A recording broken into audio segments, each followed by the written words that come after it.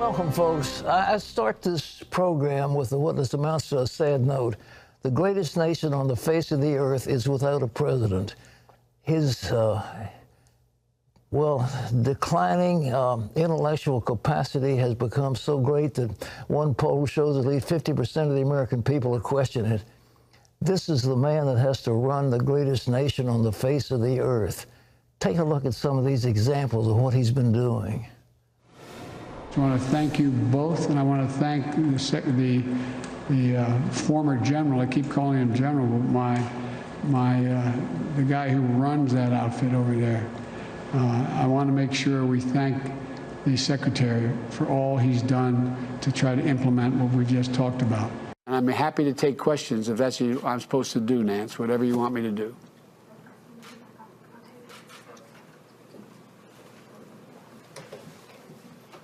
The vast majority of economists, left, right, and center, from Wall Street to the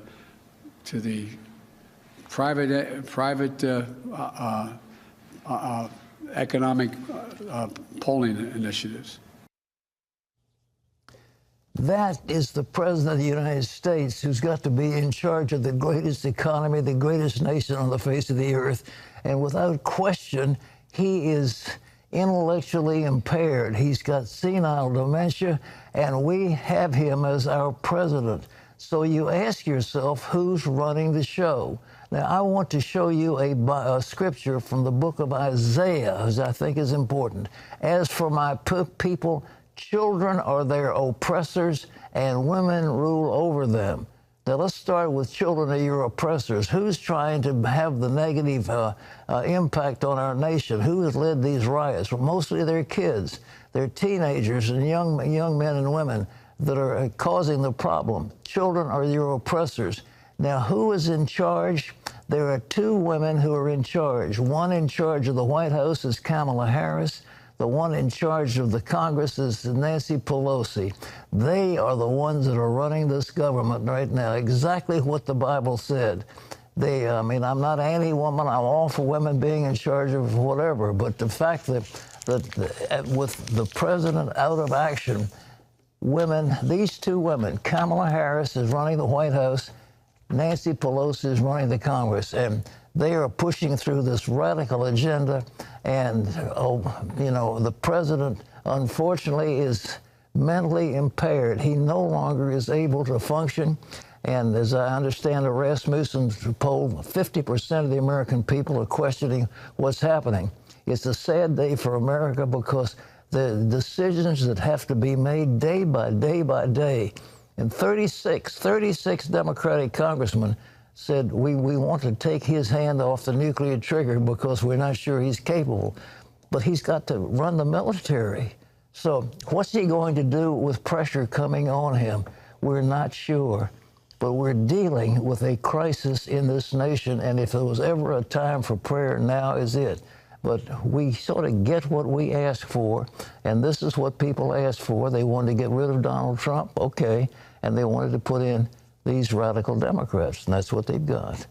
But the other nations around the world are not taking this lying down. They have a whole lot better spy system than we do, and they knew exactly what's going on in the White House, and they are totally aware of it. Now, what's China been doing since Joe Biden has taken office? Let's take a look right now at this report.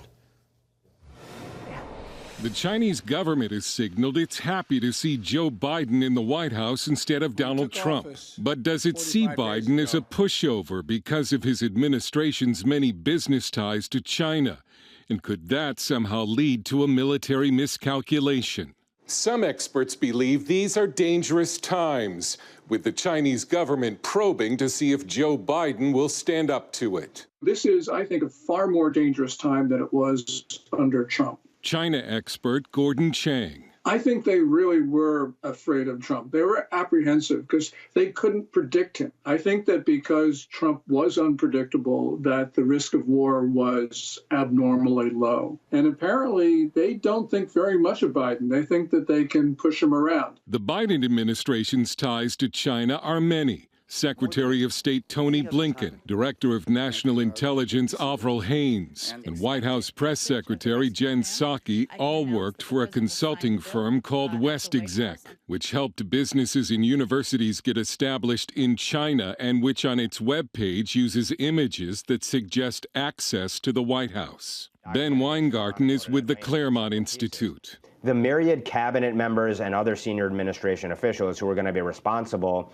for implementing the president's agenda and crafting it with respect to Communist China, who all have dealings at most 2 degrees separated from Chinese Communist Party linked entities and individuals. So the whole administration writ large at the top levels has questions to answer with respect to financial and business dealings with respect to the Chinese Communist Party. Those dealings are forcing Biden's Asia czar, Kurt Campbell, to agree to recuse himself from conflicts of interest. Hunter Biden made millions from China deals while Dad was vice president in the Obama administration. And there's also Hunter Biden's laptop, with apparent references to Joe Biden as the big guy that showed up repeatedly in leaked business emails. It's led some to ask whether the Chinese government could use what it knows about Hunter's activities in China to push for concessions from the White House. The conflict of interest appearance alone presents myriad ethics and corruption issues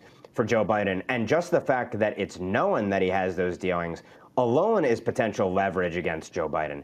While Joe Biden has not yet reversed Donald Trump's Chinese tariffs or travel restrictions, he's already made excuses for China's campaign of genocide against the Muslim Uyghur people. Meanwhile, China has become more aggressive since the Biden inauguration. Incursions into Taiwan's airspace have increased. Chinese aircraft conducted a simulated attack on the USS Theodore Roosevelt carrier group while it was sailing in the South China Sea. And China's foreign minister has publicly warned the Biden White House not to meddle in China's affairs. Dale Hurd, CBN News. Well, I think the Lord indicated that some time ago that we were going to be tested. I thought Trump was going to be tested, but it's going to be China. It's going to be Russia. It's going to be North Korea. It's going to be the Turks. They'll all be testing us, every single one of them. And I think Iran particularly might try some kind of an assassination. That's what it looked like was going to happen. Now we've got the Biden administration, and how can he stand up against these pressures? The answer is he can't. And if he's so compromised in relation to the Chinese, and if his son is getting so much money from their dealings over there, and he's got people in his administration, even including his press secretary, who have dealings in China, it is shocking. This is the greatest nation on earth, and we are in grave peril in relation to leadership, in relation to the enemies we have around the world. But if this was a time for prayer, if my people, which are called by my name, will humble themselves and pray and seek my face and turn from their wicked ways, we've got to make a turning. And then God said, I'll hear their prayer and I'll heal their land. But right now, we are in serious trouble. Also in the news, more trouble. A 100% increase in 2 months. That's how many migrants are illegally crossing the border. So has the Biden administration admitted this soaring crisis? No way. No admission of anything. John Jessup has more. Pat, those new numbers confirm from the Biden administration a jump in children and families crossing over the border. So what's behind this latest surge? Heather Sells has a report. New numbers from Border Patrol show a startling uptick, especially among children and families. In January and February, they spiked by more than 100%. Kids crossing alone rose 60% to more than 9,000. There is a crisis on the Texas border right now. But while the governor of Texas is calling it a crisis, the White House is not. I'm not trying to be cute here, but I think the fact of the matter is we have to do what we do regardless of what anybody calls the situation. This after Press Secretary Jen Psaki deflected questions about numbers to Homeland Security Tuesday. I'm not going to confirm numbers from here. Those numbers are tracked by the Department of Homeland Security, so I'm just suggesting that you talk to them. I would encourage you to go back to them and ask them again. Republicans blame the president's policies and support for a pathway to citizenship, saying they've encouraged the surge. They're perfectly fine having open borders that endanger the lives of American citizens, but also the immigrants who seek to come here. Children being abused on the journey while they claim in the false name of compassion that open borders is somehow pro-immigrant. On Wednesday, the president's coordinator for the southern border admitted that it was no coincidence the surge began after Biden took office. Surges tend to respond to hope. And there was a significant hope for a more humane policy after 4 years of, pent-up demand. The government is holding children and families in government and private facilities for several days and looking for more housing as it evaluates asylum claims. But the majority of the border crossers are single adults, and the Biden administration is turning almost all of them back under a public health order that started at the beginning of the pandemic. Heather Sells, CBN News. Pat, back to you. Folks, this is another crisis, but it's brought about by the words of our president. The words of our president, and it's amazing. Nancy Pelosi was making a joke about open sesame, and she said open Biden. Well, they said, we have a letter from Biden. Biden has invited us to come to your country. And so they're flooding in, and what they think is when maybe he's going to close it down, but right now he's brought it about and he could stop it. But, well, he's now going to make primetime address, which we understand is going to be highly scripted, and he will be rehearsing it over and over again so he can make sure he gets it right. John? Pat, President Biden's first primetime address to the nation tonight marks 1 year to the day since the declaration of a nationwide lockdown. The president will offer a message of hope and a direction for the future. This after announcing the purchase of 100 million more doses of the Johnson & Johnson vaccine, allowing more states to expand eligibility for vaccinations. Texas soon allowing people over 50 to get the shot. Georgia is set to include those over 55, and New Yorkers 60 and over are already approved. Well, the president is set to sign into law Saturday his $1.9 trillion relief bill. Congress approved it yesterday. About half of that money is going to U.S. households in the form of stimulus checks, unemployment benefits, health care, nutrition, housing, and child care. The rest going to state and local governments, assistance to businesses, and other aid. The cost is adding up to record high debt. The Treasury Department reporting the deficit for the first 5 months of fiscal 2021 totals $1.05 trillion, the highest ever for that time frame.